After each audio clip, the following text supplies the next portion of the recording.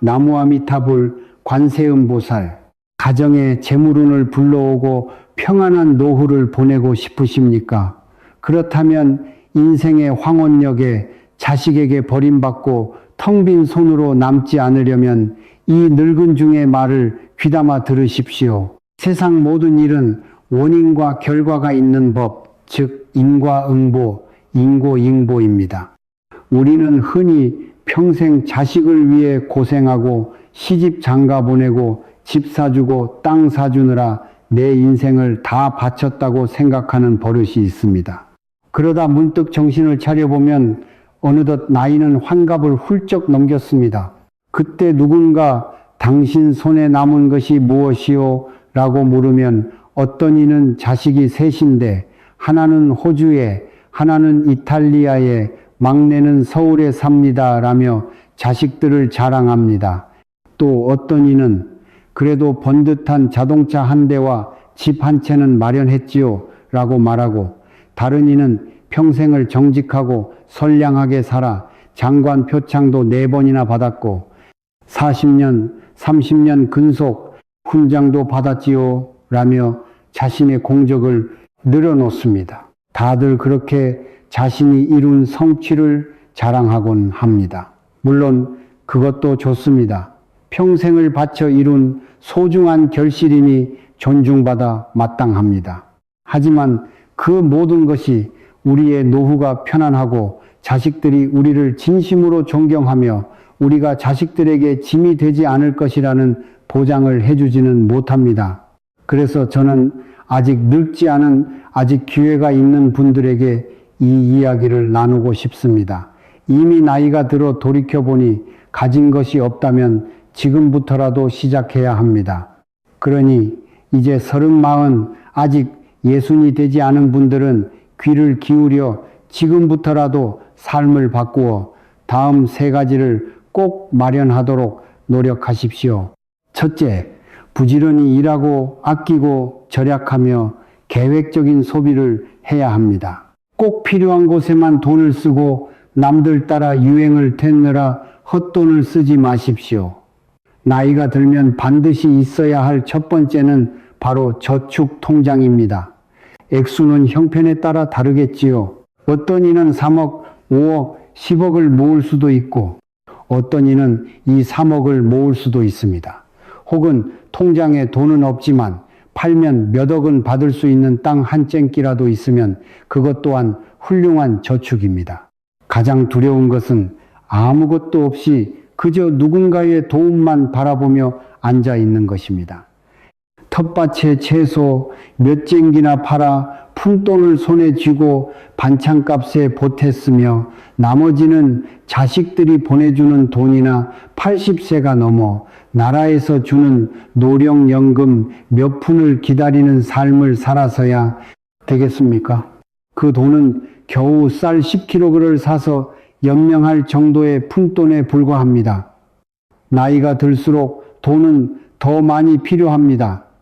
흔히들 밥값보다 약값이 더 든다고 하지 않습니까? 한 끼 식사야 밥 한 공기에 고기 몇 점, 나물 몇 가닥이면 되지만 아침에 입에 털어넣는 약은 위장약부터 혈압약, 고지혈증약까지 7, 8가지가 넘습니다. 그러니 약값이 밥값보다 더 많이 드는 나이가 되었을 때 특히나 꼬박꼬박 나오는 연금조차 없는 분들은 미리 준비해둔 저축이 없다면 얼마나 막막하겠습니까? 지금 회사에서 월급으로 200만 원, 300만 원을 번다면 어떻게든 허리띠를 졸라매 매달 50만 원이라도 저축해야 한다는 목표를 세워야 합니다. 그렇게 10달이면 500만 원, 1년이면 600만 원입니다. 티끌 모아 태산이라는 말처럼 그렇게 꾸준히 모아야 목돈을 만들 수 있습니다.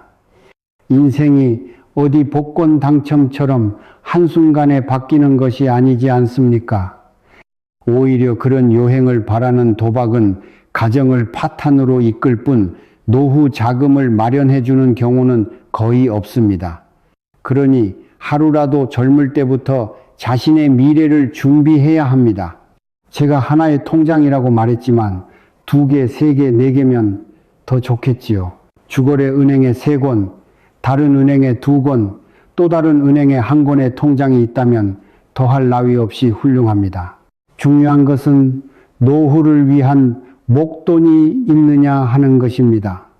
둘째, 예순이 되기 전에 자신을 위한 보험 1~2개쯤은 가입해 두십시오.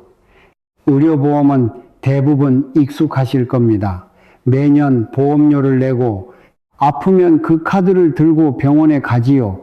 하지만 병원에 가보면 끝없이 늘어선 줄을 서서 기다려야 하고 모든 치료비가 해결되는 것도 아닙니다. 일부 항목이나 약값만 지원되고 나머지는 여전히 내 주머니에서 돈이 나갑니다. 감기약이나 항생제 같은 저렴한 약을 받아오거나 위장병이나 고혈압 같은 만성질환을 앓는 어르신들은 매달 병원에 가서 혈압약 수십 알을 타오는 게 전부일 때도 있습니다. 이것이 의료보험의 현실입니다. 하지만 많은 분들이 아직 잘 모르거나 들어보지 못한 보험이 있는데 바로 생명보험 혹은 실비보험입니다. 도시에서는 아마 절반 이상의 가정이 이미 가입했을 겁니다. 국내 회사도 있고 외국 회사도 있습니다.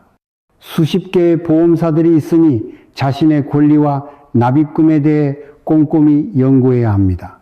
매달 혹은 매년 얼마를 내서 이 보험 계약을 유지할 것인지 5년, 10년, 15년 중 어떤 상품을 선택할 것인지 신중하게 결정해야 합니다.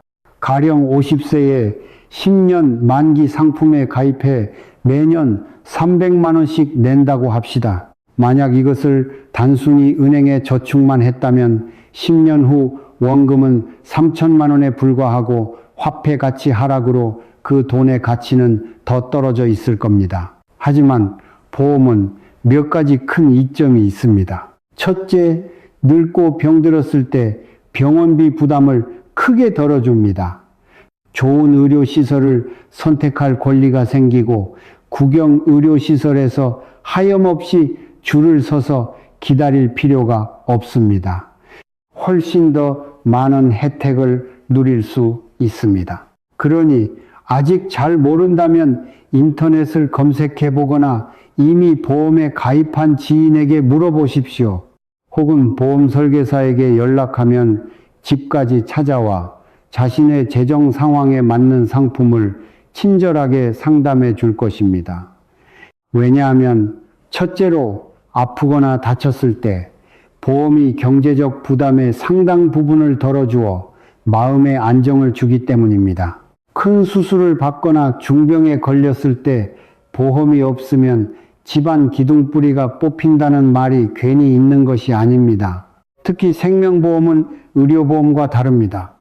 의료보험은 그 해에 쓰지 않으면 혜택이 사라지고 다음 해에 새로 가입해야 하지만 생명보험은 계약기간 동안 병원 신세를 한 번도 지지 않았다면 만기 시에 목돈을 한꺼번에 돌려받을 수 있습니다. 10년 만기가 되어 3천만 원, 5천만 원의 목돈을 손에 쥐면 예순의 나이에 많은 문제를 해결할 수 있습니다.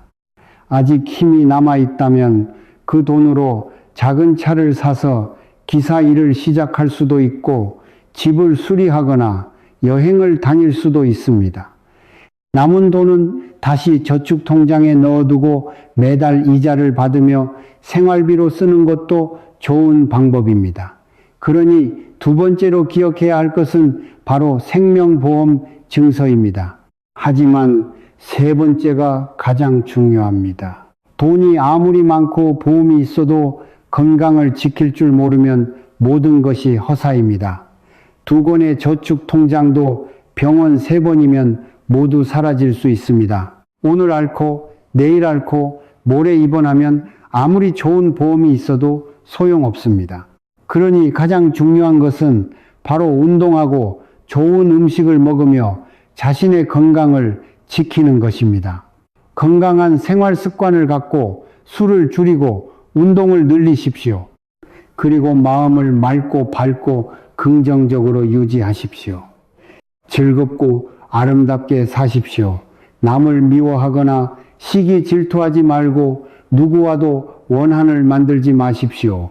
그리하여 65이 되었을 때 사람들이 아이고 64처럼 보이십니다 라고 말할 수 있도록 정신을 맑게 유지해야 합니다.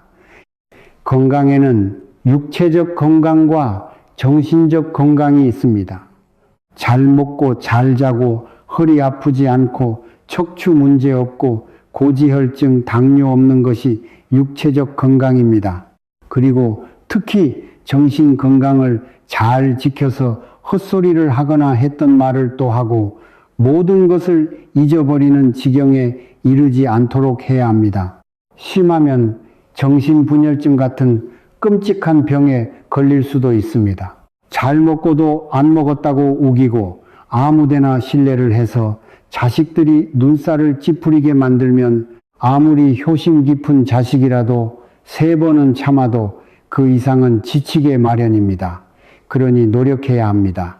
건강이야말로 우리의 가장 큰 재산입니다.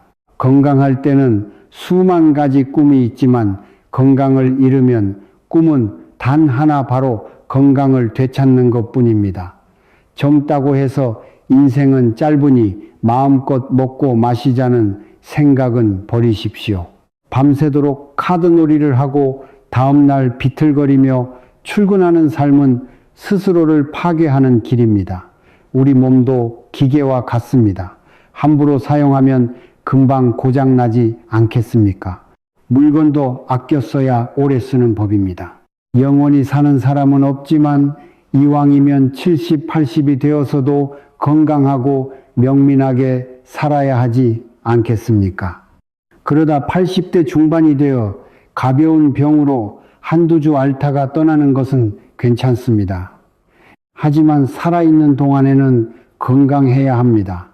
골골거리며 자식들에게 짐이 되어서는 안 됩니다. 누구나 생로병사의 길을 걷고 인생의 마지막에는 어려움을 겪게 마련입니다. 하지만 그 어려움을 조금이라도 줄이기 위해 우리는 3가지를 꼭 준비해야 합니다. 바로 하나의 저축통장, 하나의 생명보험 증서, 그리고 무엇보다 소중한 건강입니다. 이 본문을 듣는 모든 분들께 부처님의 자비가 함께 하기를. 여러분은 어디에서 이 본문을 듣고 계십니까? 댁내에 TV 옵니까? 손안에 작은 휴대폰이 옵니까? 연세는 어찌 되시는지요? 부디 여러분과 가정에 늘 건강과 재물이 가득하기를 기원합니다. 재물운을 더욱 키우고 싶으시다면 잊지 말고 이 채널을 구독하여 저와 좋은 인연을 이어가시길 바랍니다. 우리 모두는 자라서 결혼하고 아이를 낳고 기르기를 바랍니다. 젊을 때는 자식을 위해 모든 것을 바치고 늙어서는 자식에게 의지하고 싶어 합니다. 그래서 가장 큰 바람은 자식이 효도하고 부모를 공경하며 잘 보살펴 주는 것입니다. 하지만 인생이 어디 뜻대로만 되겠습니까? 평생을 헌신하고도 늙어서 자식에게 버림받거나 학대당하고 심지어 사기를 당하는 가슴 아픈 일도 많습니다. 만약 우리가 그런 처지에 놓인다면 누구를 탓하겠습니까? 자식은 하늘이 내리는 것이라며 운명 탓만 할 수는 없습니다. 옛말에 현명하고 어리석음은 타고나는 것이 아니라 대부분 교육을 통해 이루어진다고 했습니다. 자식이 삐뚤어지고 불효하는 것은 상당 부분 어릴 적 우리의 교육 책임이 큽니다. 어릴 때 바로잡지 않으면 커서는 바로잡을 수 없는 법입니다. 그러니 우리는 자식에게서 불효의 징조가 보일 때 이를 일찍 발견하고 바로잡아 주어야 합니다. 달콤한 열매 대신 쓴 열매를 거두는 불상사를 막기 위해서 말입니다. 첫 번째 징조는 무은, 즉 은혜를 모르는 것입니다. 받기만 할 줄 알고 감사할 줄 모릅니다. 아빠가 무언가를 사줘도 눈만 멀뚱멀뚱 뜨고 있다가 말이 끝나기도 전에 물건을 낚아채 달려가 버립니다. 예를 들어 아이가 그토록 원하던 장난감을 아빠가 사왔다고 합시다. 제대로 교육받은 아이라면 아빠가 오늘 가게에 갔다가 네가 정말 좋아하는 장난감을 봤어. 요즘 네가 공부도 열심히 하고 착한 일도 많이 해서 주는 상이야 라는 아빠의 말을 귀담아 듣고 장난감을 공손히 받아 아빠 고맙습니다 라고 말한 뒤 조용히 가지고 놀 것입니다. 하지만 어떤 아이는 와 장난감이다 소리치며 아빠 손에서 낚아채서는 이웃집 친구들에게 자랑하러 뛰어가 버립니다. 이 장난감이 어디서 났는지, 아빠가 왜 사주셨는지, 이것을 사기 위해 아빠가 얼마나 힘들게 돈을 버셨는지에 대해서는 관심이 없습니다. 이 모든 것을 우리는 아이에게 가르쳐야 합니다. 그렇지 않으면 아이는 받기만 할 줄 아는 사람으로 자랍니다. 엄마가 늦게 퇴근해 허둥지둥 차린 저녁상이 맛이 없다고 입을 삐죽거리거나 밥그릇을 던지며 맛없어서 안 먹겠다고 투정을 부립니다. 저는 언젠가 길에서 한 엄마가 아이를 오토바이 뒤에 태우고 가는 것을 본 적이 있습니다. 엄마는 길가에 멈춰서 우유를 하나 사주었습니다. 아마 아침을 못 먹여서 그랬겠지요. 그런데 아이는 우유를 한 모금 빨더니 이거 설탕 안 들어서 밍밍해 라고 소리치며 우유값을 길바닥에 내던졌습니다.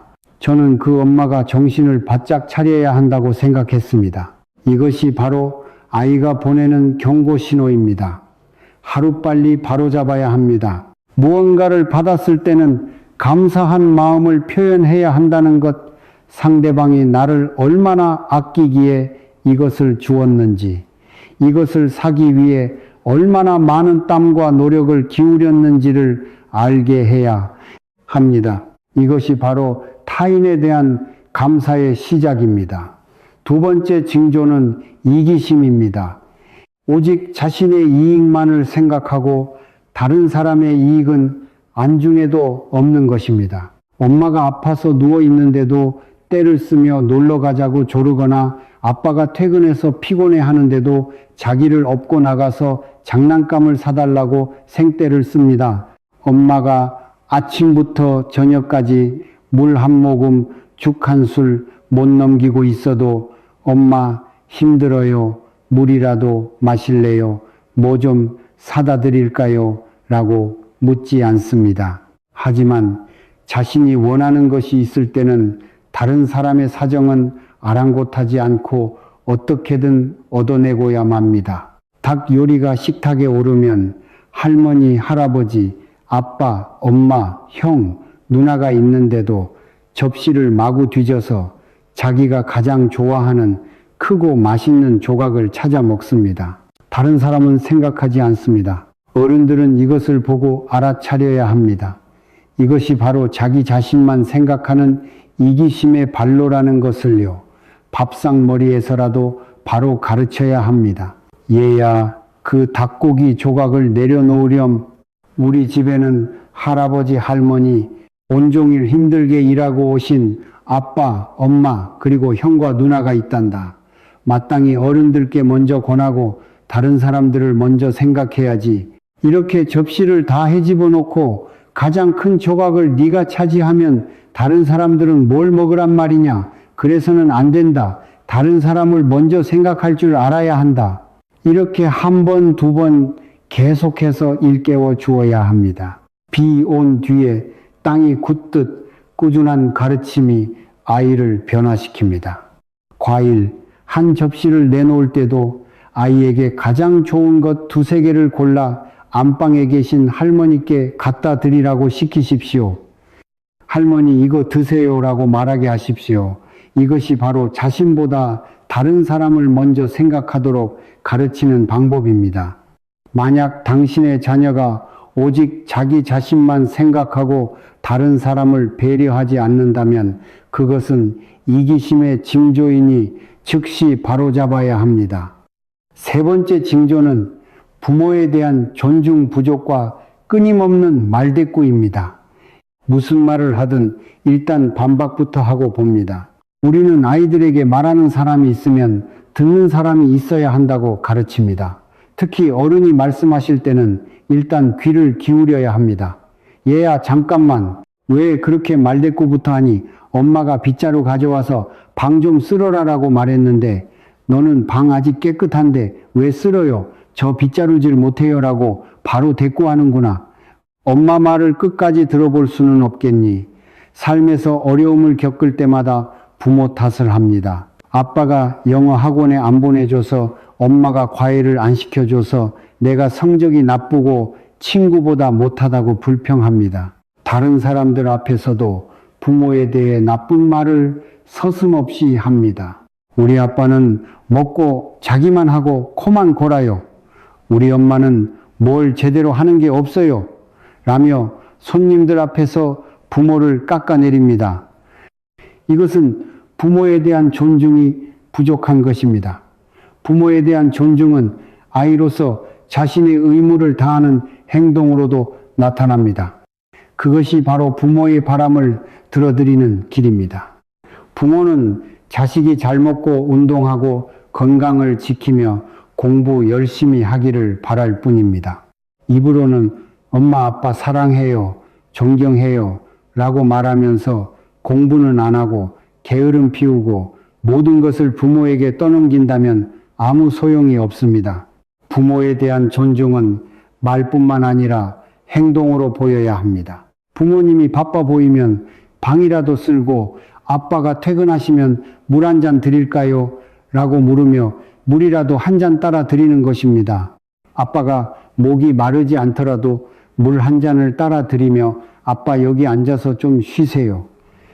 그건 제가 할게요 라고 말하는 것.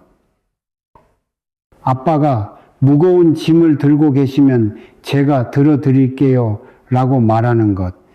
비록 아빠가 그 짐을 아이에게 주지 않더라도 그 마음가짐 자체가 부모를 존경할 줄 아는 아이의 모습입니다. 그러니 아이에게 부모를 존중하고 함부로 말대꾸하지 않도록 가르치는 것에 유념하십시오. 말대꾸하지 말라는 것이 입을 다물라는 뜻은 아닙니다. 일단 끝까지 듣고 난 후에 자신의 의견을 말할 기회를 주어야 합니다. 요즘 시대에 무조건적인 순종을 강요할 수는 없습니다. 어떤 부모들은 부모가 말하는 것은 무조건 듣고 절대 말대꾸하지 말라고 가르치는데 이는 소심하고 착하기만 한 아이, 즉 착하지만 현명하지 못한 아이를 만들 수 있습니다. 그런 아이는 사회에 나가 다른 사람에게 이용당하기 쉽습니다. 우리는 아이에게 부모님이 말씀하실 때는 끝까지 듣고 그 후에 내 의견을 말할 권리가 있다. 하지만 어른의 말을 중간에 끊거나 끼어들어서는 안 된다고 가볍게 주의를 주어야 합니다. 내가 하는 말이 다 맞으니 너는 입 다물고 있으라는 식은 곤란합니다. 요즘 아이들은 다릅니다. 우리의 교육 방식도 달라져야 합니다. 우리는 순종적인 아이가 아니라 현명한 아이를 길러내야 합니다. 마지막으로 나중에 불효자가 될 수 있는 아이의 징조는 책임감 부족입니다. 사람은 무엇보다 책임감을 가지고 살아야 합니다. 자기 자신에 대한 책임, 자기가 한 말에 대한 책임, 자기가 한 행동에 대한 책임입니다. 책임감 없는 아이는 무슨 일이든 동생 탓, 고양이 탓, 형 탓으로 돌립니다. 꽃병을 깨뜨리고도 제가 깨뜨렸어요 라고 솔직하게 인정하지 못합니다. 만약 아이가 아빠, 엄마 죄송해요. 제가 바닥을 닦다가 실수로 꽃병을 쳐서 깨뜨렸어요. 정말 아깝지만 어쩔 수 없었어요. 죄송합니다. 다음부터는 더 조심할게요 라고 말했다면 어땠을까요? 하지만 책임감 없는 아이는 고양이가 지나가다 그랬어요. 저는 아무것도 안 했어요 라거나 형이 그랬어요, 동생이 그랬어요 라며 다른 사람에게 책임을 떠넘깁니다. 항상 남 탓만 하고 절대 자기 잘못을 인정하지 않습니다. 이것이 바로 책임감 없는 사람의 모습입니다. 책임감 부족의 또 다른 징조는 방탕하고 되는 대로 사는 생활 방식입니다. 밤늦게까지 게임을 하거나 휴대폰을 보다가 새벽녘에 잠이 들어 아침에 학교 갈 시간이 되어도 아빠가 깨워도 일어나지 못하고 엄마가 끌어내도 꼼짝도 하지 않습니다. 다 큰 성인이 되어서도 출근 시간을 부모가 챙겨줘야 한다면 그것은 자기 자신에 대한 책임감이 부족한 것입니다. 아침밥도 거르고 돈이 있을 때는 흥청망청 술을 마시고 돈이 떨어지면 라면으로 끼니를 때우는 것. 이 또한 자기 건강에 대한 책임감이 부족한 것입니다. 자기 몸, 자기 건강조차 돌보지 않는 사람이 나중에 다른 사람을 돌볼 것이라고 기대할 수 있겠습니까? 자기 자신을 소중히 여기고 책임질 줄 아는 사람이 다른 사람에게도 책임감을 가질 수 있습니다. 자기 몸 하나 건사하지 못하고 되는 대로 사는 아이가 나중에 부모를 생각하는 효심 깊은 자식이 될 것이라고 기대하지 마십시오.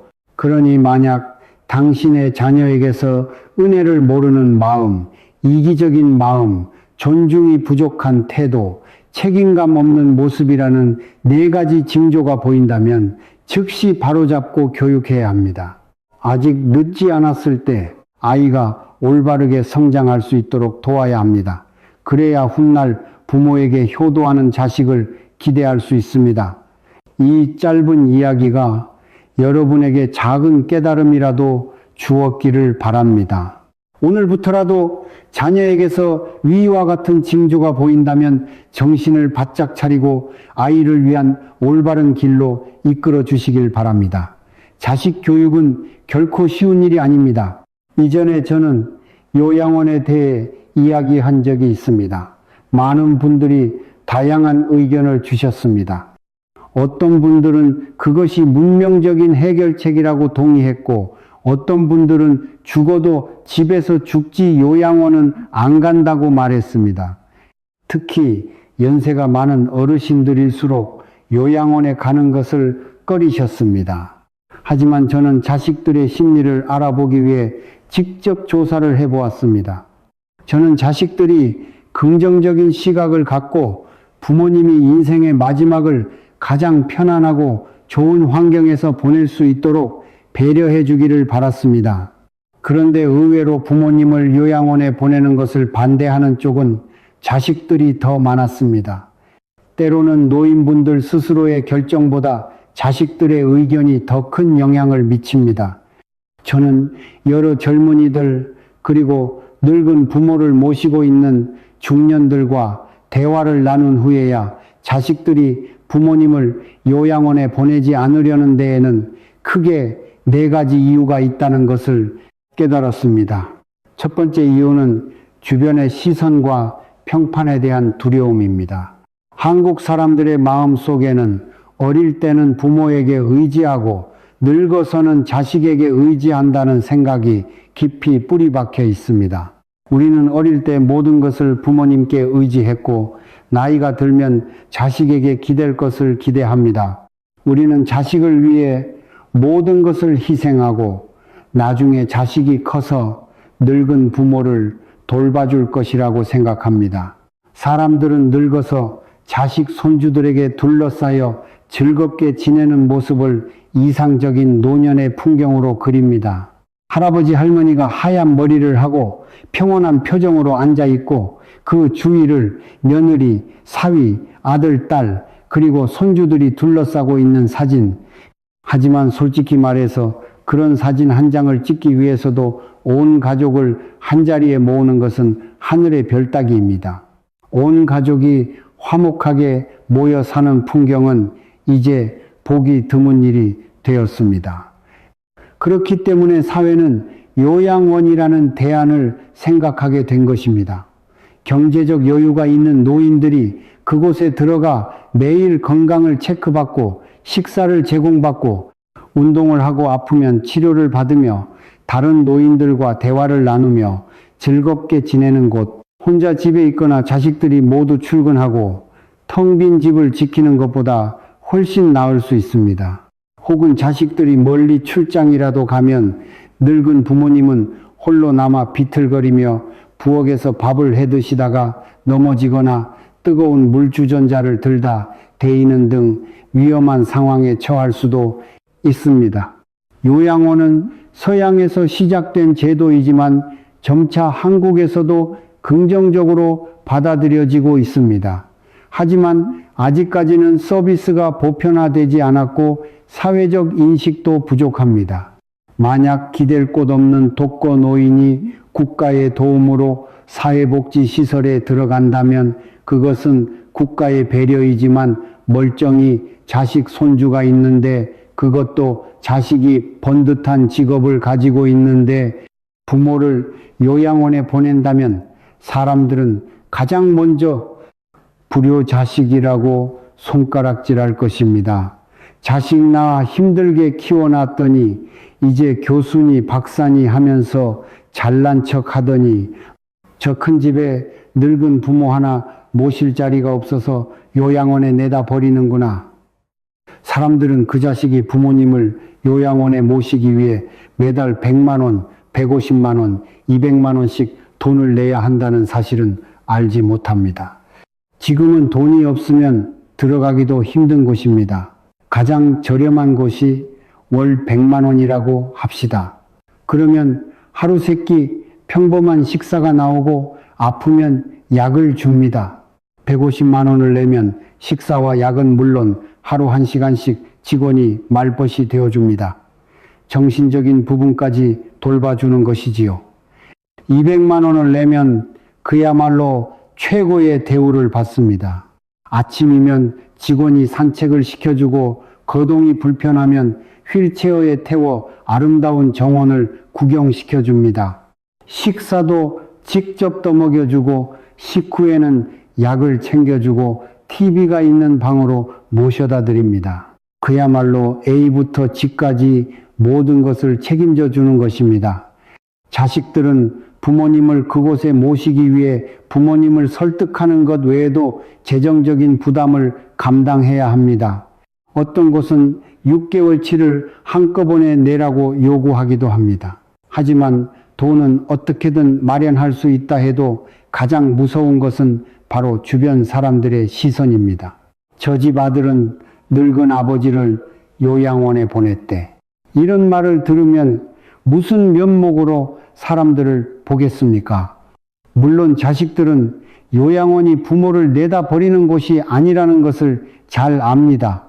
하지만 온 동네 사람들을 붙잡고 일일이 설명할 수도 없는 노릇입니다. 저희 아버지를 그곳에 모시면 아침마다 직원이 돌봐드리고 오후에는 산책도 시켜드리고 그러기 위해서 제가 매달 150만 원, 200만 원씩 낸답니다. 이렇게 해명하고 다닐 수는 없지 않습니까?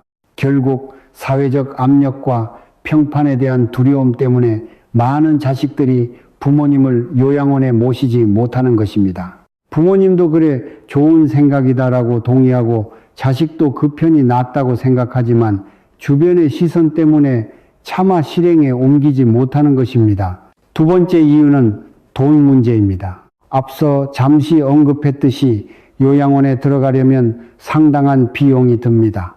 대도시에 있는 국제병원이나 사립병원에 가보신 분들은 아실 겁니다. 하루 입원비가 5성급 호텔 숙박비와 맞먹습니다. 개인 병원의 깨끗한 시설과 세심한 간호를 받아본 분들은 그 비용이 얼마나 비싼지 아실 겁니다. 부모님을 그런 곳에 모셔놓고 음악을 들으시고 건강검진을 받으시고 집에서는 스마트폰으로 부모님의 모습을 실시간으로 지켜볼 수 있게 하려면 그 비용은 결코 적지 않습니다. 한두 달은 어떻게든 감당할 수 있겠지만 부모님이 그곳에서 10년, 15년을 계신다면 그 비용은 어마어마한 액수가 됩니다. 그래서 이리저리 재보다가 처음에는 의욕적으로 부모님을 모셨다가 경제가 어려워지면 다시 집으로 모셔오는 것도 우스운 일이 될까봐 망설이게 됩니다. 비록 부모님이 내 연금 다 가져가라. 어차피 내가 쓸 일도 없지 않으냐고 말씀하시더라도 연금 몇 푼으로는 턱없이 부족합니다. 게다가 연금조차 없는 분들은 오롯이 자식에게 의지해야 합니다.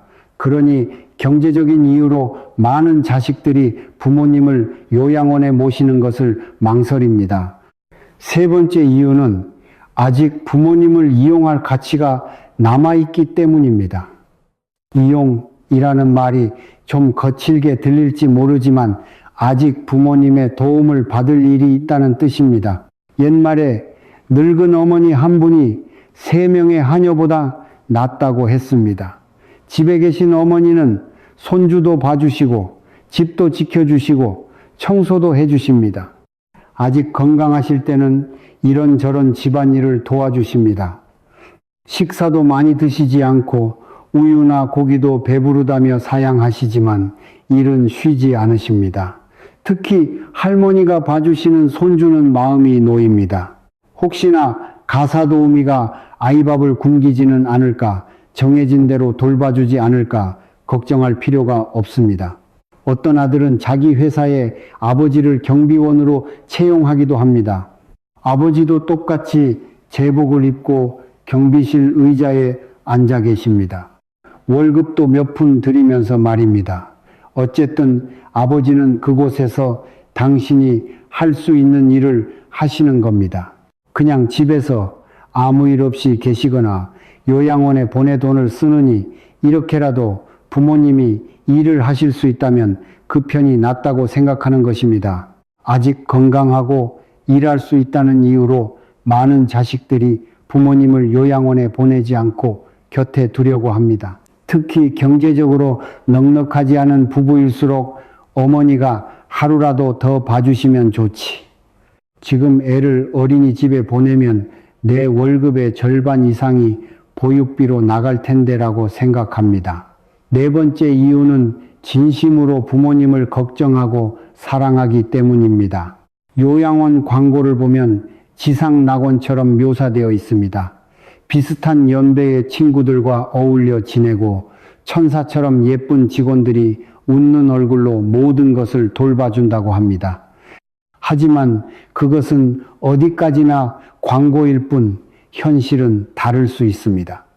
부모님을 그곳에 보내드리면 여러 노인이 한 방을 쓰면서 다툼이 생길 수도 있고 직원들이 정말 광고처럼 친절하게 부모님을 돌봐드릴지 걱정이 됩니다.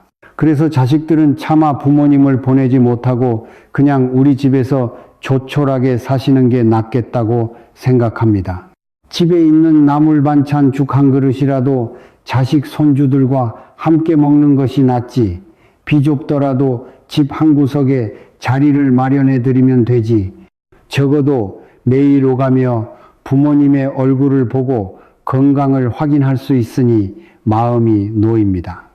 추운 겨울밤 따뜻한 이불 속에 누워 요양원에 계실 부모님을 생각하면 그곳 창문은 제대로 닫혀 있을까? 젖은 이부자리는 바로 갈아주었을까? 하는 걱정에 마음이 편치 않을 것입니다. 자식은 그래도 부모를 생각하는 마음이 있는 법입니다. 마지막 이유는 바로 부모님에 대한 사랑과 걱정입니다. 요양원에 모시면 다른 사람이 부모님을 돌봐준다는 생각에 자식들이 덜 찾아뵙게 되고 결국 부모님과 사이가 멀어질까봐 두려운 것입니다. 그래서 집에 모시고 우리는 바쁘니 너희들이라도 할아버지, 할머니와 자주 놀아드려라. 할머니 약 드실 시간 챙겨드려라.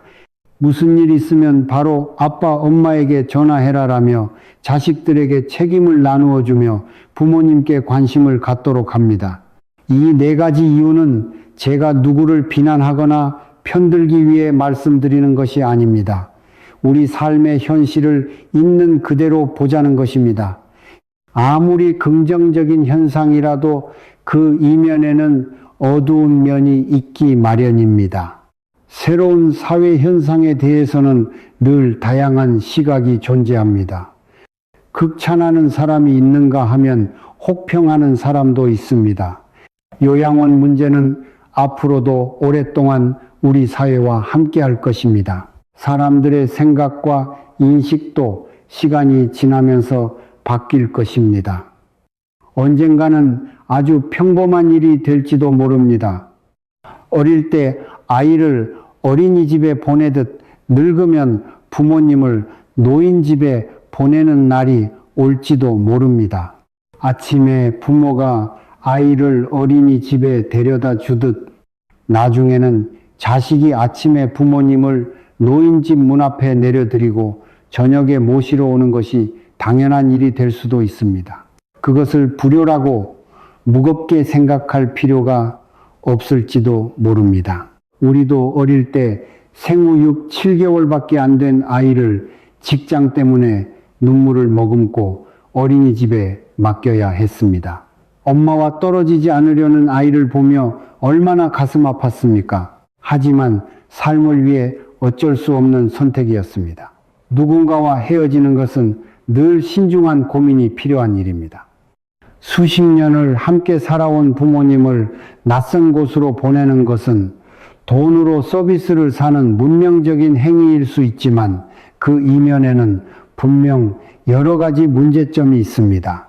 오늘 요양원에 대한 이야기는 자식들이 부모님을 그곳에 보내고 싶어 하지 않는 4가지 이유를 중심으로 나누어 보았습니다. 늙어서 자식에게 무시당하고 버림받기 쉬운 4가지 유형의 부모가 있습니다. 부모라면 누구나 자식에게 존경과 사랑을 받기를 원합니다. 하지만 모두가 그런 복을 누리는 것은 아닙니다. 어떤 자식은 당신은 내 아버지가 아니야 라고 소리치고 어떤 자식은 내가 정말 친자식이 맞나 어쩌면 저렇게 나를 잔인하고 악독하게 대할 수 있지라며 고통스러워합니다.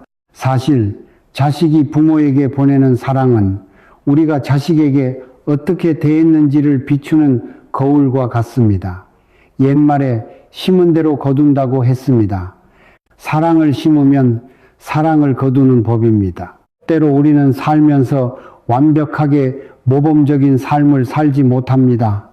그래서 인생의 마지막에 우리가 뿌린 쓴 씨앗의 열매를 거두게 될 수도 있습니다.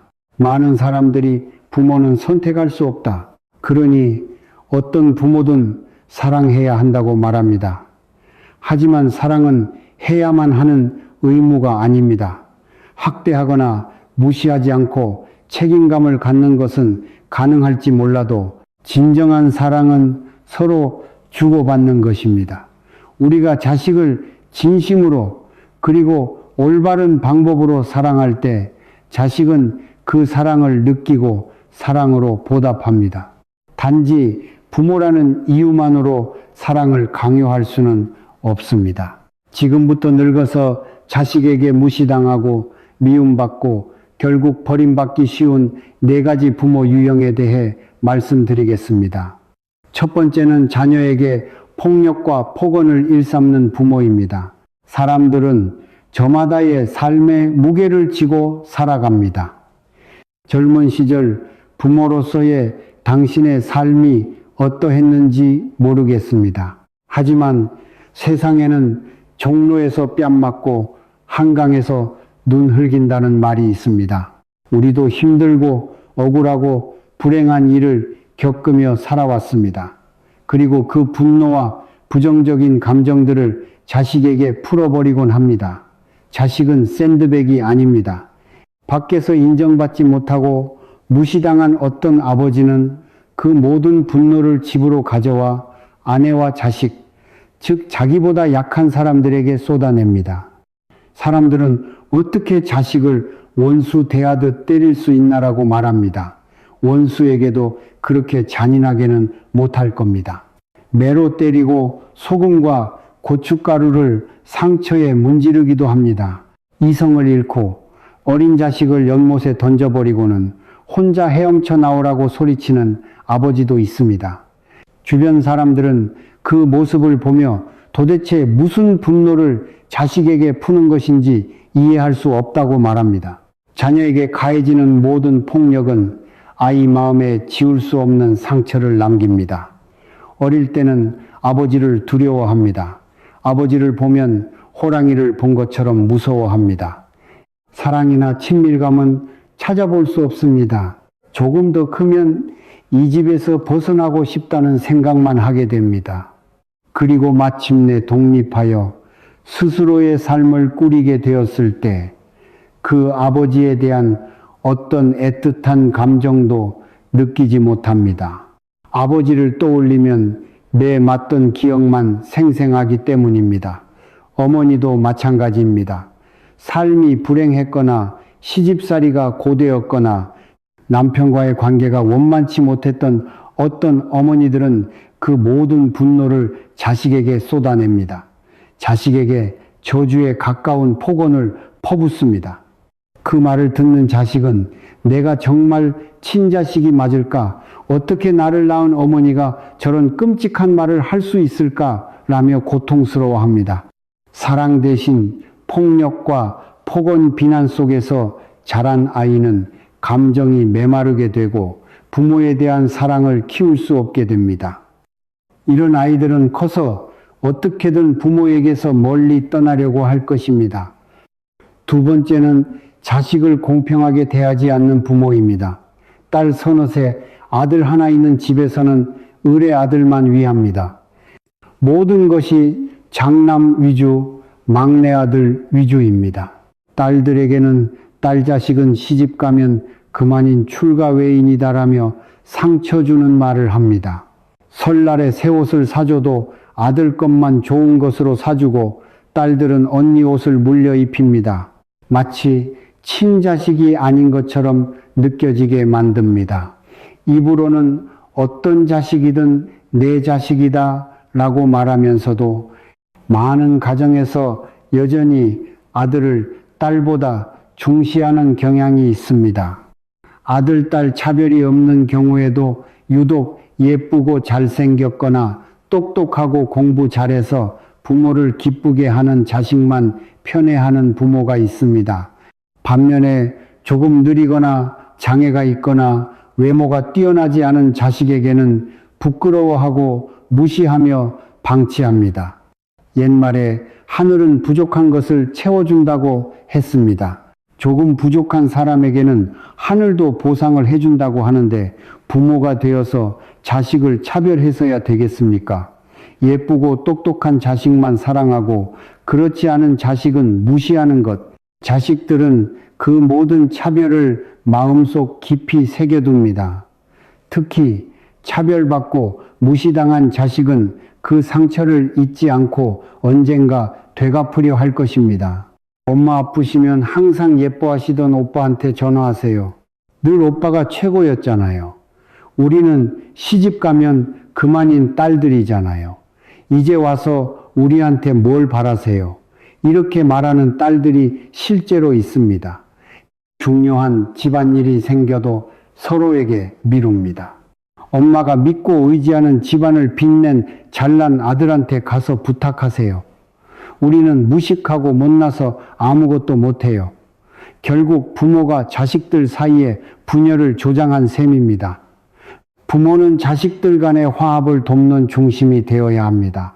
자식들 사이에 갈등이 생기면 너희는 모두 내가 낳은 자식이다. 10손가락 깨물어 안 아픈 손가락이 어디 있느냐. 나는 너희 모두를 똑같이 사랑한다며 중재하고 다독여야 합니다. 그런데 오히려 부모가 분열의 씨앗을 뿌리는 것은 어리석은 일이며 훗날 그 대가를 치르게 될 것입니다. 세 번째는 모범을 보이지 않는 부모입니다. 우리가 젊었을 때 탐욕스럽고 악독하고 부모를 무시하고 남을 험담하고 형제와 다투는 모습을 보였다면 그 모든 것이 자식에게는 살아있는 교육이 됩니다. 자식에게 거짓말을 가르치고 동생을 속여 무언가를 더 차지했을 때 희희낙낙하는 모습을 보인다면, 그리고 우리 스스로가 우리의 부모를 무시한다면 어떻게 효심 깊고 화목한 자식을 기대할 수 있겠습니까? 어머니를 없는다는 노래에 이런 가사가 있습니다. 어머니, 제가 한번 업게 해주세요. 훗날 저를 업을 사람은 제 자식일 테니까요. 이 말은 자식에게 효도를 가르치는 가장 좋은 방법은 바로 내가 먼저 부모에게 효도하는 모습을 보여주는 것이라는 뜻입니다. 우리가 주변 사람들에게 어떻게 행동하는지, 부모, 형제, 이웃에게 어떻게 대하는지가 바로 우리 자식들을 가르치는 교과서입니다. 우리가 악독하고 탐욕스러우면 효자를 기대할 수 없습니다. 우리가 형제와 다투고 불화하면 우리 자식들이 서로 우애 좋게 지내기를 바랄 수 없습니다.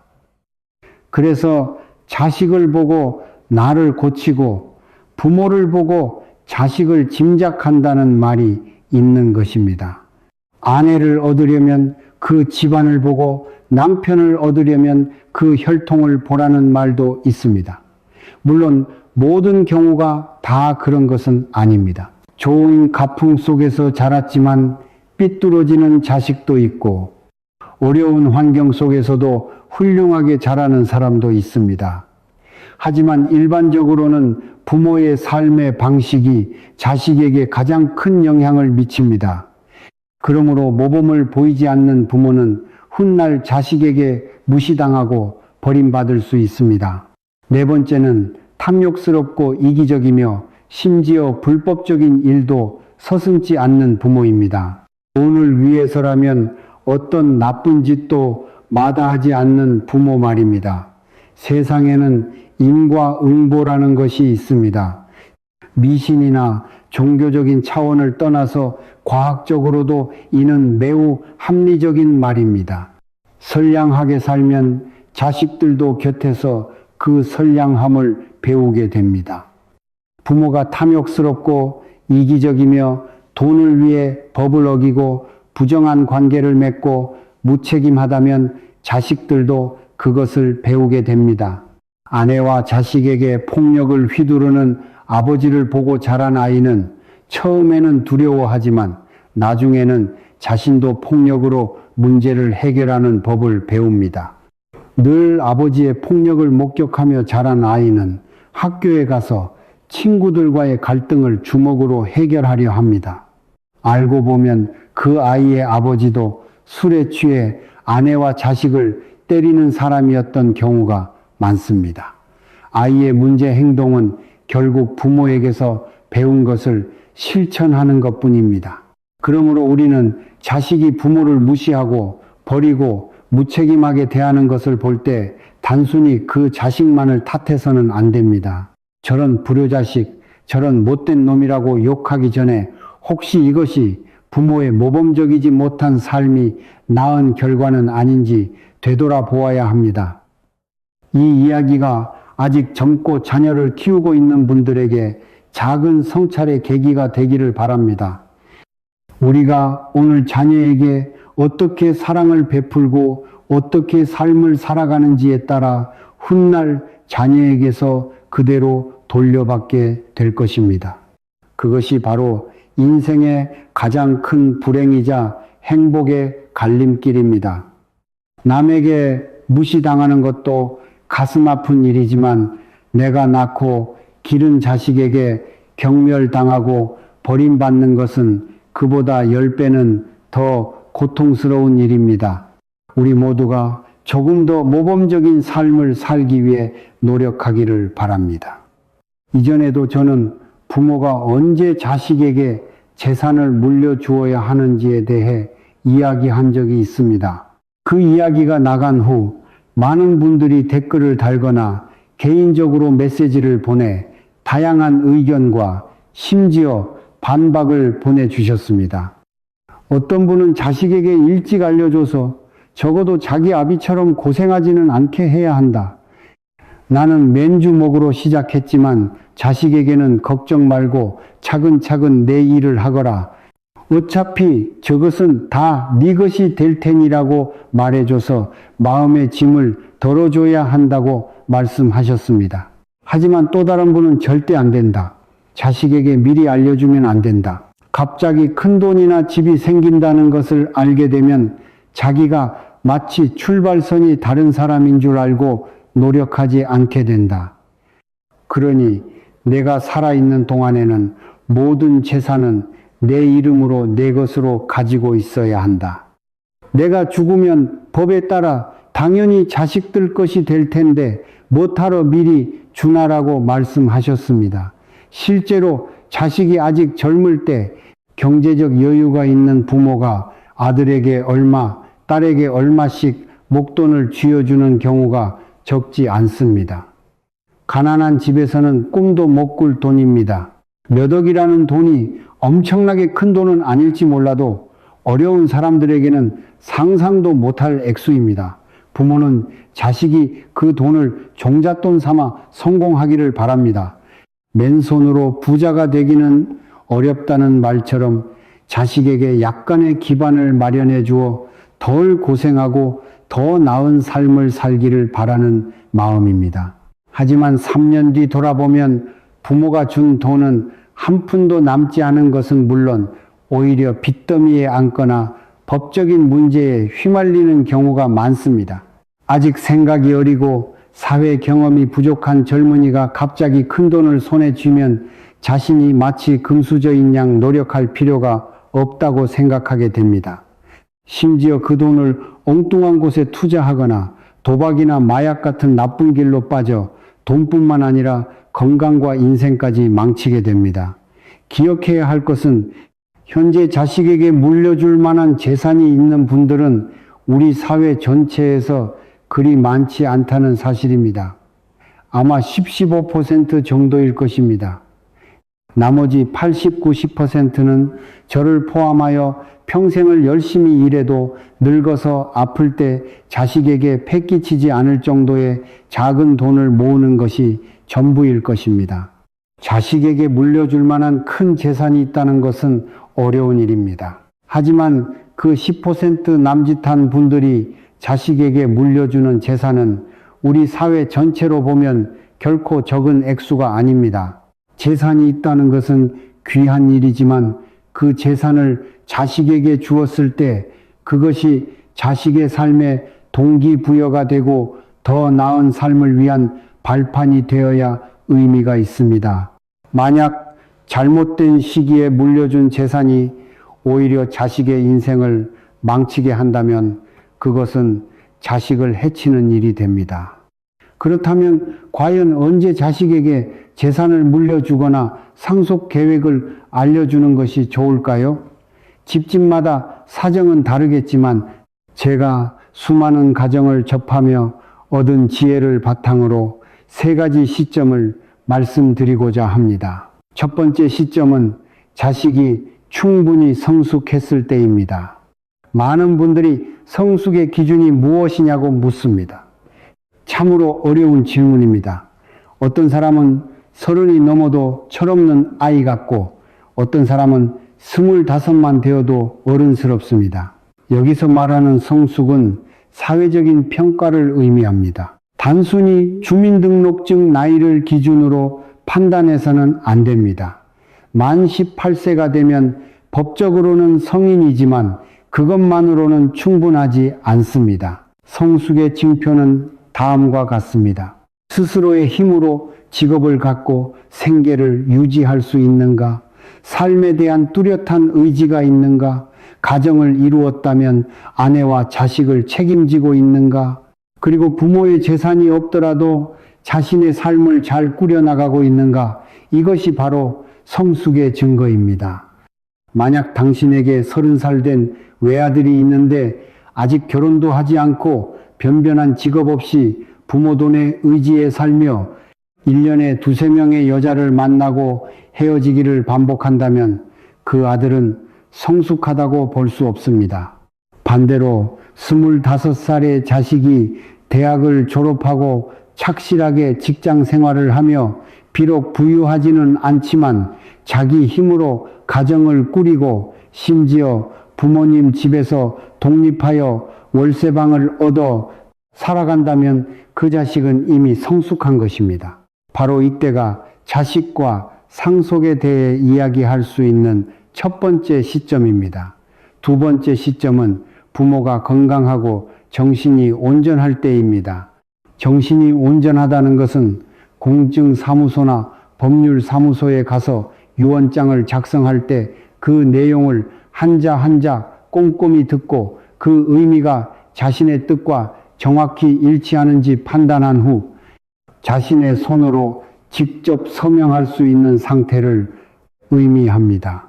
그 서명 뒤에는 자신의 진정한 의지가 담겨 있어야 합니다. 내게는 5억짜리 집이 있고 아들 하나와 딸 하나가 있다. 딸은 이미 시집을 갔으니 선물 삼아 1억을 주고 아들은 아직 어리고 가정을 꾸린 지 얼마 안 됐으니 2억을 준다. 그리고 남은 2억은 우리 부부가 노후 자금으로 쓰겠다. 이 모든 결정은 내가 맑은 정신으로 스스로의 의지에 따라 내리는 것입니다. 이런 경우를 피해야 합니다. 어떤 부모가 현재 사는 집 외에도 수억 원짜리 아파트 몇 채와 시골의 땅을 가지고 있는데 한 분은 이미 노환으로 정신이 오락가락하고 다른 한 분은 뇌졸중으로 2년째 누워 있다고 합시다. 이런 상황에서는 자식들 사이에 탐욕이 싹트기 쉽습니다. 만약 부모님이 맑은 정신으로 재산을 나눈다면 공평하게 나누실 것을 알기에 한 자식이 재산을 독차지하려는 마음을 먹을 수 있습니다. 스스로 유언장을 작성한 뒤 병상에 누워 계신 아버지의 손에 억지로 펜을 쥐어주고 휘갈겨 서명하게 만들 수 있습니다. 아버지는 자신이 어디에 서명하는지도 모르는 상태에서 말입니다. 그 유언장의 내용은 딸은 이미 시집가서 잘 살고 있으니 나의 모든 재산은 외아들인 오야에게 물려준다는 식으로 그 아들의 뜻대로 작성되었을 것입니다. 그러다 부모님이 돌아가시면 형제 간의 소송과 다툼이 일어나고 서로에게 씻을 수 없는 상처를 주게 됩니다. 그것은 참으로 가슴 아픈 일입니다. 죽어서도 눈을 편히 감지 못할 것입니다. 그러니 부디 재산 분할과 관련된 모든 결정은 당신이 육체적으로 건강하고 정신적으로 명민할 때 내리십시오. 나중에 정신이 흐려졌을 때 자식들에게 이용당하는 일이 없도록 말입니다. 세 번째 시점은 필수는 아니지만 현명한 부모라면 반드시 고려해야 할 사항입니다. 바로 자식이 인생의 쓴맛, 단맛을 보고 돈의 가치와 부모의 노고를 알게 되었을 때입니다. 자식이 인생의 경험을 통해 물질적, 정신적 가치를 소중히 여기고 이 모든 것을 이루기 위해 부모가 얼마나 힘들게 살아왔는지 깨달아 감사할 줄 알게 되었을 때 말입니다.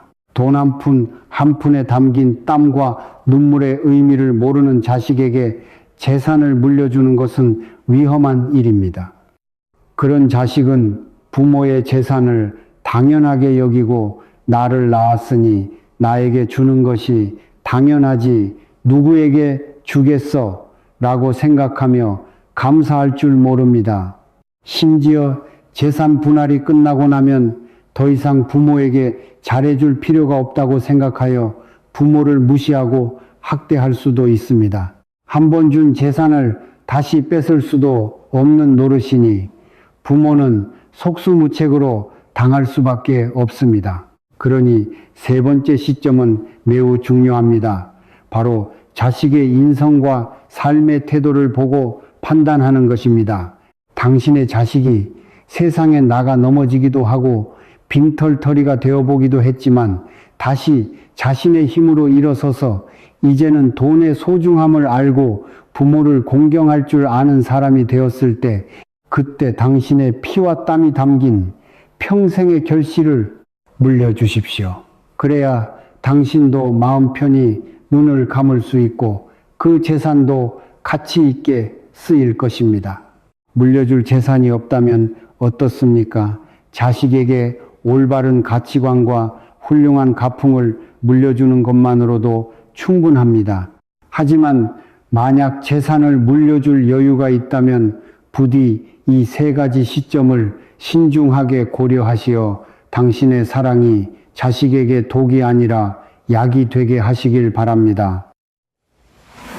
모든 분들의 가정에 평안이 깃들기를 기원합니다. 문득 궁금해지네요. 이 글을 읽고 계신 여러분은 올해 나이가 어떻게 되시나요? 그리고 오늘 제가 들려드린 이야기는 어떻게 들으셨나요? 아마 각자의 나이와 경험에 따라 조금씩 다른 감동이나 생각을 하셨을 것 같아요. 저는 여러분의 삶에 언제나 잔잔한 평안이 함께 하기를 간절히 기도하고 또 소망합니다. 오늘 우리가 함께 나눈 이 지식에 대해서는 어떤 생각을 가지고 계신가요? 여러분의 소중한 의견을 댓글로 남겨주시면 저에게 정말 큰 힘과 배움이 될 거예요. 마지막으로 이 글을 읽는 모든 분들이 항상 몸도 마음도 건강하시고 매일매일이 평안으로 가득하시기를 진심으로 바라겠습니다. 늘 건강하시고 평안하세요.